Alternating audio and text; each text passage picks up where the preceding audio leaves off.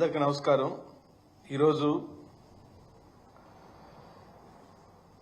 మానవత్వానికి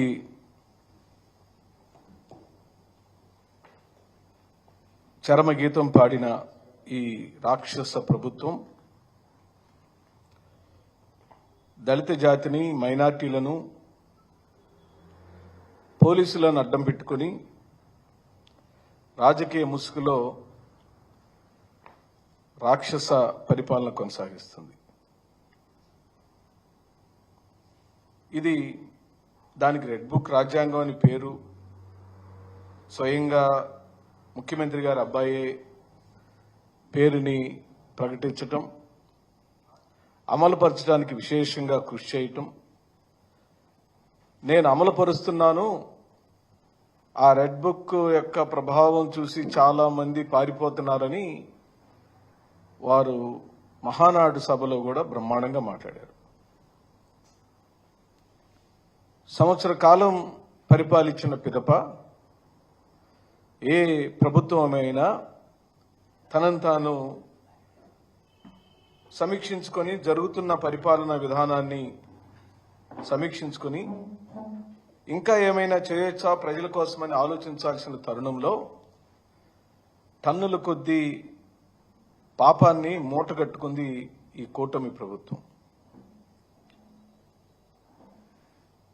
టన్నుల కొద్దీ పాపాన్ని మూటగట్టుకున్నామని స్వయంగా వాళ్ళకి తెలుస్తున్నా, వాళ్ళ పరిపాలన మీద వాళ్ళకి సంపూర్ణ అవగాహన ఉన్నా, ఓ లెక్కలేనితనం, ఓ విర్రవీగే తత్వం, మా దగ్గర అధికారం ఉంది కదా, మేము ఎలాగైనా నిర్ణయాలు తీసుకోవచ్చు, ఏ విధంగా అయినా పోలీసులను ఉపయోగించవచ్చు, ఎలాంటి దొంగ కేసులైనా పెట్టించవచ్చు, భయభ్రాంతులను చేయొచ్చు,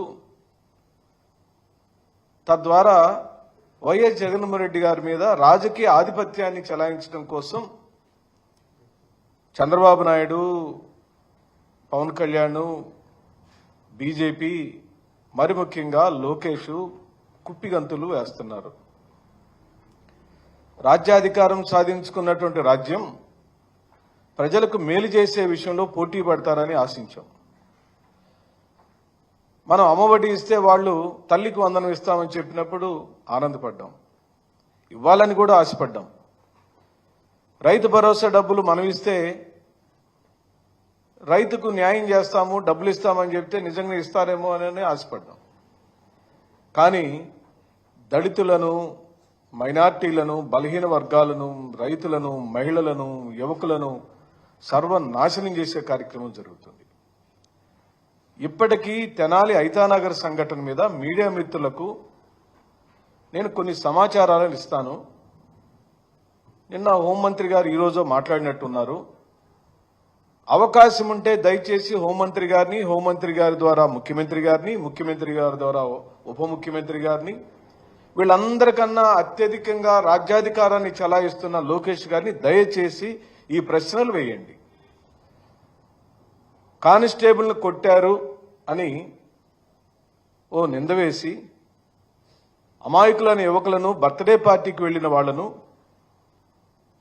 రోడ్డు మీద అన్యాయంగా కాళ్లతో తొక్కి కొడతంటే ఫలానా నేరం చేశారు, మేము కొట్టాము అని సాక్ష్యం ఏమైనా ఈ రోజు వరకు పోలీస్ వ్యవస్థ చూపించగలిగిందా? నిజంగానే ఆ పిల్లలు ఆ కానిస్టేబుల్ని గనక కొట్టుండుంటే ఆ సాక్ష్యం ఏముందని చెప్పి అడుగుతున్నాం. ఈ రోజున పట్టణాల్లో, నగరాల్లో ఎక్కడైనా సరే సీసీటీవీ ఫుటేజ్లు ఉన్నాయి, ఇళ్లకున్నాయి, చిన్న చిన్న దుకాణాలకున్నాయి, ఏ ప్రాంతంలో పట్టిన సీసీటీవీ ఫుటేజ్లు ఉన్నాయి కదా. కానిస్టేబుళ్లను ఈ ముగ్గురు పిల్లలు కొడుతున్న దృశ్యాలు ఎక్కడైనా రికార్డ్ అయినాయా? ఉంటే చూపించమని అడుగుతుంది వైఎస్ఆర్ కాంగ్రెస్ పార్టీ. ఈ రోజు వరకు ఒక్క సాక్ష్యం చూపించలేదు. ఇంకా పైగా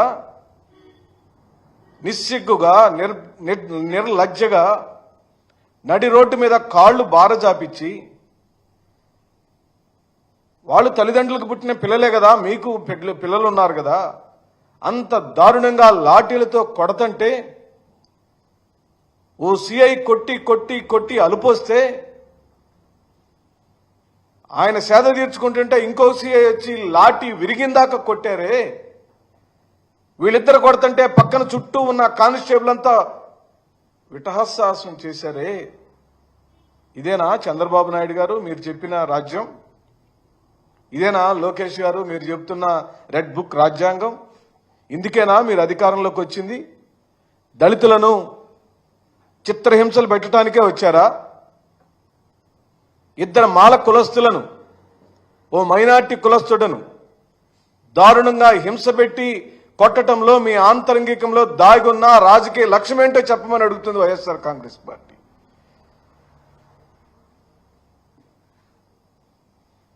మీ ఉద్దేశం ఏమిటి?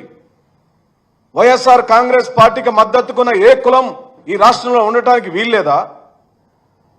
జగన్మోహన్ రెడ్డి గారితో మేలు పొందిన ఈ సామాజిక వర్గాలు, ఈ దళిత కులాలు జగన్మోహన్ రెడ్డి గారికి అండగా ఉండటం మీకు ఇష్టం లేదా?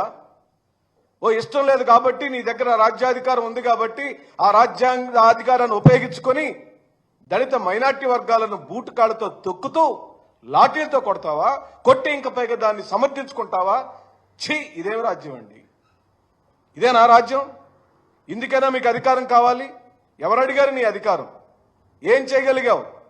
12 నెలల కాలంలో 360 రోజుల కాలంలో 360 మందిని చిత్రహింసలు పెట్టావు. కానీ 360లో 36 మంచి పనులు చేశావా? ఆ పనులు ఏముంటే చెప్పు. చెప్పటానికి ఒక మంచి పని లేదు. ఒక్కరికొక మేలు చేసిన దాఖలాలు లేవు.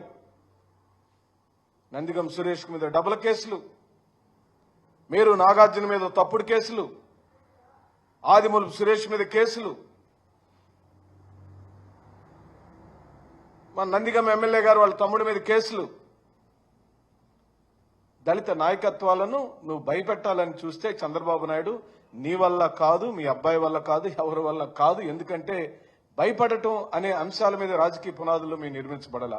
మేము ఉద్యమ స్ఫూర్తితో సోనియా గాంధీకి వ్యతిరేకంగా జగన్మోహన్ రెడ్డి ఎత్తుకున్న వైఎస్ఆర్ కాంగ్రెస్ పార్టీ అనే జెండాని మా భుజాల మీదకి ఎత్తుకొని జగన్మోహన్ రెడ్డితో అడుగడుగులు వేస్తూ పదం పదం కలుపుతూ జగన్మోహన్ రెడ్డి చేసే మంచి పనులలో మేము అంతర్భాగమై ఉండాలని నిర్ణయం తీసుకున్నాం. కాబట్టే నువ్వు ఎన్ని చిత్రహింసలు పెట్టినా, నువ్వు బూట్కాలతో తొక్కినా, మమ్మల్ని హింసించినా, చంపినా జగన్మోహన్ రెడ్డి నాయకత్వం పట్ల దళిత సామాజిక వర్గాలను, మైనార్టీ వర్గాలను దూరం చేయటం నీ వల్ల కాదు అని చెప్పి వైఎస్ఆర్ కాంగ్రెస్ పార్టీ ప్రకటిస్తుంది. నీ దగ్గర సీసీటీవీ ఫుటేజీ సాక్ష్యం లేదు. ఎక్కడ ఆ పిల్లలు ఆ కానిస్టేబుల్ కొట్టారో సాక్ష్యం లేదు. ఈ రోజున రాష్ట్రం, దేశం అంతా కూడా ఈ సంఘటన మీద ఆరా తీస్తుంటే ఏమండి ముఖ్యమంత్రికి కనీసం ప్రశ్నించాడు, కోప్పడ్డాడు. మీ మీ మీ ఎల్లో మీడియా అంతా కూడా నువ్వు లేస్తే చంద్రబాబు నాయుడు లేచాడు, చంద్రబాబు నాయుడు కూర్చున్నాడు, చంద్రబాబు నాయుడు తలాలనుకున్నాడు, చంద్రబాబు నాయుడు చొక్కా తిరిగింది, చంద్రబాబు నాయుడికి ఈ రోజున జ్వరం వచ్చిందని చెప్పే చెము చుట్టుకుమంటే చెప్పే ఎల్లో మీడియాకి చంద్రబాబు నాయుడు గారు తెనాలిలో ఐతానగర్లో దళితులను దారుణంగా కొడితే ఏం జరిగిందని ప్రశ్నించాడన్న వార్త రాలేదే. అంటే నీకెంత చులకనతనం చంద్రబాబు నాయుడు గారు. ఏమంటే నేనేం అడగటం లేదు. పవన్ కళ్యాణ్ గారు, మీరు ప్రాతినిధ్యం వహిస్తున్న పిఠాపురంలో దళితులను బహిష్కరించిన రోజే మీరు దళిత సమాజాన్ని బహిష్కరించారని సుస్పష్టమైపోయింది. మీరు దళిత వ్యతిరేకులు. ఎందుకంటే కనీసం ఆ మాటని ఎవరు బహిష్కరించారు, ఎందుకు బహిష్కరించారు, బహిష్కరించిన వాళ్ళ యొక్క ఉద్దేశం ఏమిటని ఉప ముఖ్యమంత్రి స్థానంలో మీరు అడగలేదంటే మీ నైజం తెలిసిపోయింది. మరి మీ జనసేన పార్టీకి సంబంధించిన నాదెండ్ల మనోహర్ ప్రాతినిధ్యం వహిస్తున్న ఆ తెనాలిలో ఐతానగర్లో ఆ మాల కులస్తులైన 2 పిల్లలను, మైనార్టీ కులస్తులైన వాడిని ఆ విధంగా కొడితే ఎందుకు జరిగిందని మీరు మనోహర్ను ప్రశ్నించారా? పోనీ మనోహర్ గారు ప్రెస్ మీట్ పెట్టి దీన్ని ఖండించాడా? మీ దగ్గర సాక్ష్యం లేదు, ఈ రోజు వరకు మీరు చెప్పలేదు, అది తప్పు. కానీ మీ వాదనకే మేము వస్తాం. మీరు చెప్పినట్లే కానిస్టేబుల్ నిజంగా ఆ పిల్లలు కొట్టుంటే మీరు కోర్టులో పెట్టాలి, చట్ట ప్రకారమైన చర్యలు తీసుకోవాలి, వాళ్ళకి శిక్ష విధించాలి. కోర్టు చెప్పిన శిక్షలను మీరు అమలుపరచాలి. మీరెవరా లాఠీలతో కొట్టడానికి? గంజాయి సేవించారని మీరు అంటున్నారు. గంజాయి సేవిస్తే మెడికల్ రిపోర్ట్లు ఎక్కడుంది మెడికల్ రిపోర్టు? నీ మెడికల్ రిపోర్ట్లో గంజాయి సేవించినట్లుగా, మద్యం సేవించినట్టుగా ఆ పిల్లలు ఎక్కడైనా తప్పుదోవ పట్టించినట్టుగా ఉందా సాక్ష్యం? చూపించవయా.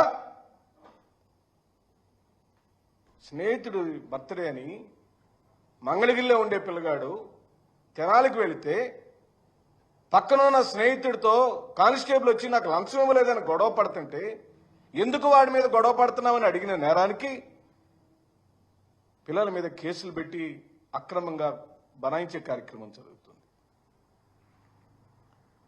ముఖ్యమంత్రి మాట్లాడాడు, ఉప ముఖ్యమంత్రి మాట్లాడాడు, స్వయంగా ఆ నియోజకవర్గానికి ప్రాతినిధ్యం వహిస్తున్న నాదెండ్ల మనోహర్ మాట్లాడాడు. ఈ రోజేమో తగుదనమ్మా అంటూ హోంమంత్రి వచ్చి ఆ కార్యక్రమాన్ని సమర్థించే పని జరుగుతుంది. కులాన్ని అడ్డం పెట్టుకొని నేరస్తులను వదిలేయమని ఎవరు చెప్తున్నారమ్మా మీకు?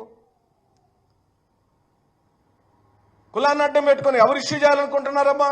వాళ్ళు మాలోళ్ళైన మాట నిజం కాదా? మీరు హింసించిన పిల్లలిద్దరు మాలోళ్ళు కాదా? మాల కులస్తులు కాదా? మీరు కింద పెట్టి లాఠీలతో కొట్టిన పిల్లగాడు ముస్లిం పిల్లగాడు కాదా? అంటే మీకు నొప్పి కలగదమ్మా? మీరు దళిత జాతుల నుంచి హోంమంత్రి స్థాయికి ఎదిగిన మీకు కళ్ళంటే నీళ్లు రావటం లేదా? ఆ తల్లి పడే వేదన కనపడట్లేదా? వాళ్ళ భార్యలు పడే వేదన కనపడట్లేదా? దళిత సామాజిక వర్గానికి జరిగిన తీవ్రమైన అన్యాయాన్ని కనపడట్లేదమ్మా హోంమంత్రి గారు? ఎవరు చెప్పారమ్మా కులవాదాన్ని? వాళ్ళు మాల కులస్తులైంది నిజం, దళిత జాతుల్లో పుట్టింది నిజం, దళితుల మీద దాడి జరిగిన మాట నిజం. ఆ జరిగిన దాడిని లేవనెత్తి వెలుగెత్తి చాటే బాధ్యత వైఎస్ జగన్మోహన్ రెడ్డి మీద ఉంది అనే మాట నిజం. మాట్లాడి తీరాల్సిందే.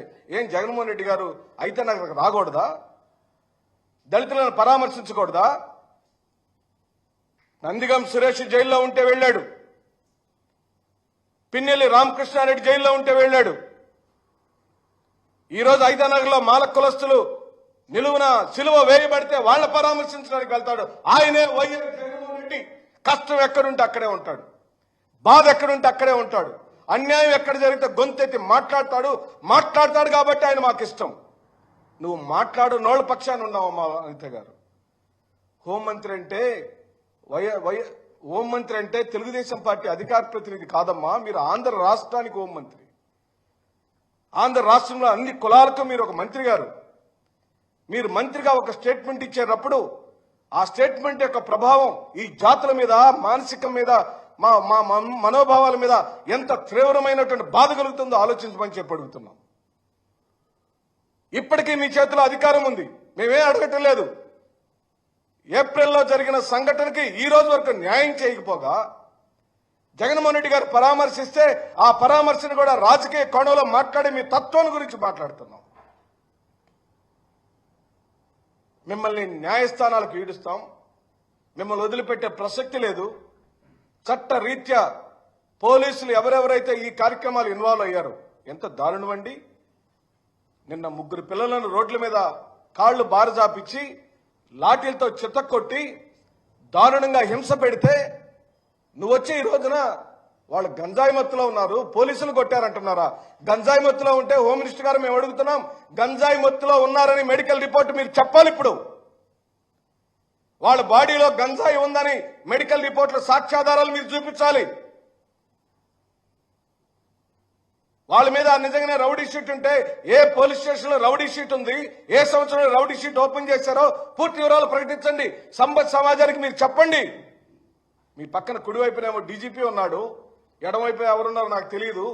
ఒక హోంమంత్రి గారు ఒక డీజీపీ కూర్చొని ఒక ప్రెస్ మీట్ చేసేటప్పుడు అమాయకులైన దళితుల మీద అక్రమ కేసులు బనాయించి వాళ్ళు గంజాయి మత్తులో ఉన్నారు, రౌడీ షీటర్లు అని చెప్తే సిగ్గుపడుతున్నావమ్మా. అమ్మా హోంమంత్రి గారు, జగన్మోహన్ రెడ్డి గారు ప్రారంభించిన రాజకీయ సామాజిక సంస్కరణల నుంచే నువ్వు పుట్టావు. జగన్మోహన్ రెడ్డి గారు తీసుకొచ్చిన సామాజిక న్యాయం అనే సంస్కరణల్లో నుంచే సుచరితతో మొదలైంది, తానేటి వనిత గారితో కొనసాగింది, ఇప్పుడు మీ దాకా వచ్చిందంటే అది కేవలం కులం వల్లే వచ్చిందమ్మా. నువ్వు దళిత సమాజంలో పుట్టడబట్టే వచ్చిందమ్మా. నువ్వు మౌనంగా ఉన్నా మేము ఆనందపడేవాడం. కానీ ఈ రోజున ఆ క్రూరమైన మృగాలకు అండగా, క్రూరమైన మృగాలకు దండగా మాట్లాడుతున్నావు. మీరు సజ్జల రామకృష్ణారెడ్డి గురించి మాట్లాడారు. పోలీస్ వ్యవస్థ అంతా వారి చేతిలోనే ఉందన్నారు. మీరు ఇప్పుడు ఎవరి చేతిలో ఉన్నారమ్మా? నేనేం అడగట్లేదు. ఒక కానిస్టేబుల్ మీరు ట్రాన్స్ఫర్ చేయగలుగుతారా? ఒక ఎస్ఐని మీరు ట్రాన్స్ఫర్ చేయగలుగుతారా హోమ్ మినిస్టర్ గారి స్థాయిలో? ఒక సీఐని ట్రాన్స్ఫర్ చేయగలుగుతారా? కనీసం కోప్పడగలుగుతారా? మీరు ఈ పని ఎందుకు చేశారని ఎవరైనా అడిగారా? మీరు అడిగినట్టు ఎక్కడైనా వార్త వచ్చిందా? మీరు వచ్చి ప్రెస్ మీట్ పెట్టి నీ తోటి కులస్తులైన మాల సామాజిక వర్గానికి సంబంధించిన వాళ్ళను నడి రోడ్డు మీద నీ పోలీసులు అరికాళ్ల మీద కొట్టి కొట్టి చంపుతుంటే మీరు చెప్పుండాల్సిందమ్మా. అలా కొట్టకూడదు, అది తప్పు, చట్టాలు ఉల్లంఘించటం, వారి మీద చట్ట ప్రకారమైన చర్యలు తీసుకొని ఉండాల్సింది నా పోలీసులని ఆ శాఖ హోంమంత్రి అయిన మీరు చెప్పుండుంటే సభ్య సమాజం నమ్ముండేది. కానీ మీరు తెలుగుదేశం పార్టీ అధికార ప్రతినిధి హోదాలో ఉన్నట్టుగా మాట్లాడారు. కానీ మేము ఇప్పటికీ ఈ రాష్ట్రానికి ముఖ్యమంత్రిగా చంద్రబాబు నాయుడిని, ఉప ముఖ్యమంత్రిగా పవన్ కళ్యాణ్, హోంమంత్రిగా అనిత గారిని, వీళ్ళందరికీ సైలెంట్ బాస్ అయిన లోకేష్ గారిని డిమాండ్ చేస్తున్నాం. మీరు నిజాలు చెప్పాలి. కానిస్టేబుల్ ఎక్కడ కొట్టారు, ఎన్ని గంటలకు కొట్టారు, ఎవరెవరు కొట్టారు, కొడితే వాటి వివరాలు, ఫోటోలు లేదా వీడియో క్లిప్పింగ్స్ ఈ సమాజానికి చూపించాలి. అలాగనే గంజాయి మత్తులో ఉన్నారన్న మీ స్టేట్మెంట్కి మీరు కట్టుబడి వారు గంజాయి మత్తులో ఉన్నారని మెడికల్ రిపోర్ట్స్ వస్తే ఆ మెడికల్ రిపోర్ట్లు వెంటనే ఈ సమాజానికి చెప్పాలి. వారి మీద రౌడీ షీట్లు ఉంటే ఆ పిల్లల మీద రౌడీ షీట్లు ఏ సంవత్సరంలో బనాయించబడింది, కొత్తగా పెట్టారా, పాత రౌడీ షీట్లు ఉన్నాయా, ఇప్పుడే రౌడీ షీట్లు పెట్టారా, ఆ రౌడీ షీట్ల వివరాలన్నీ వెంటనే ఈ సమాజానికి మీరు చెప్పాలి. ఈ 3 అంశాలలో రాజీ పడే ప్రసక్తి లేదు. జగన్మోహన్ రెడ్డి గారు రేపు ఐతానగర్ వస్తాడు, తెనాలి పర్యటిస్తాడు, మీ బండారం మొత్తం బట్ట బయలవుతుంది, మా కోసం పోరాడి తీరుతాడు. మీ నాయకులకు ఎవరికి సిగ్గులేదు. తెలుగుదేశం పార్టీ మంత్రులకు, ఎమ్మెల్యేలకు, ఎంపీలకు, కేంద్ర మంత్రులకు ఒక్కరికి కూడా సిగ్గు శరం లేదు. ఈ సమాజంలోని పేదవాళ్ళు, దళితులు, బలహీన వర్గాలు మీరు ఇస్తామన్న, అమలు చేస్తామన్న పథకాలు ఇవ్వక అన్యాయంగా కుమిలిపోతుంటే ఈ రోజున రోడ్డు మీద పెట్టి దారుణంగా లాఠీలతో కొడితే ఒక్కడ మాట్లాడిన పాపం. ఈ ఉసురు, మా కన్నీటి బొట్లు, మా పాదాల్లోంచి కారిన రక్తం రేపు మీకు యమపాసం అవుతుంది. మాలా మాదిగ పల్లెల్లో, ఎస్సీ కాలనీలో, ఎస్టీ కాలనీలో, బీసీ కాలనీలలో తెలుగుదేశం పార్టీకి ఓట్లేమని ఎవరు వచ్చి అడిగినా తెనాలి ఐతానగర్ లో కారు బారు కాపి దళితులను, మైనార్టీలను కొట్టినప్పుడు నువ్వెందుకు మాట్లాడలేదని ప్రజాప్రతినిధులు ఖచ్చితంగా అడిగే తీరుతాం. వైఎస్ఆర్ కాంగ్రెస్ పార్టీ ఎస్సీ విభాగం పెద్ద ఎత్తున దీని మీద ఉద్యమం చేపట్టింది. మీ అంతు చూస్తుంది అని చెబుతూ సెలవు తీసుకుంటున్నాం.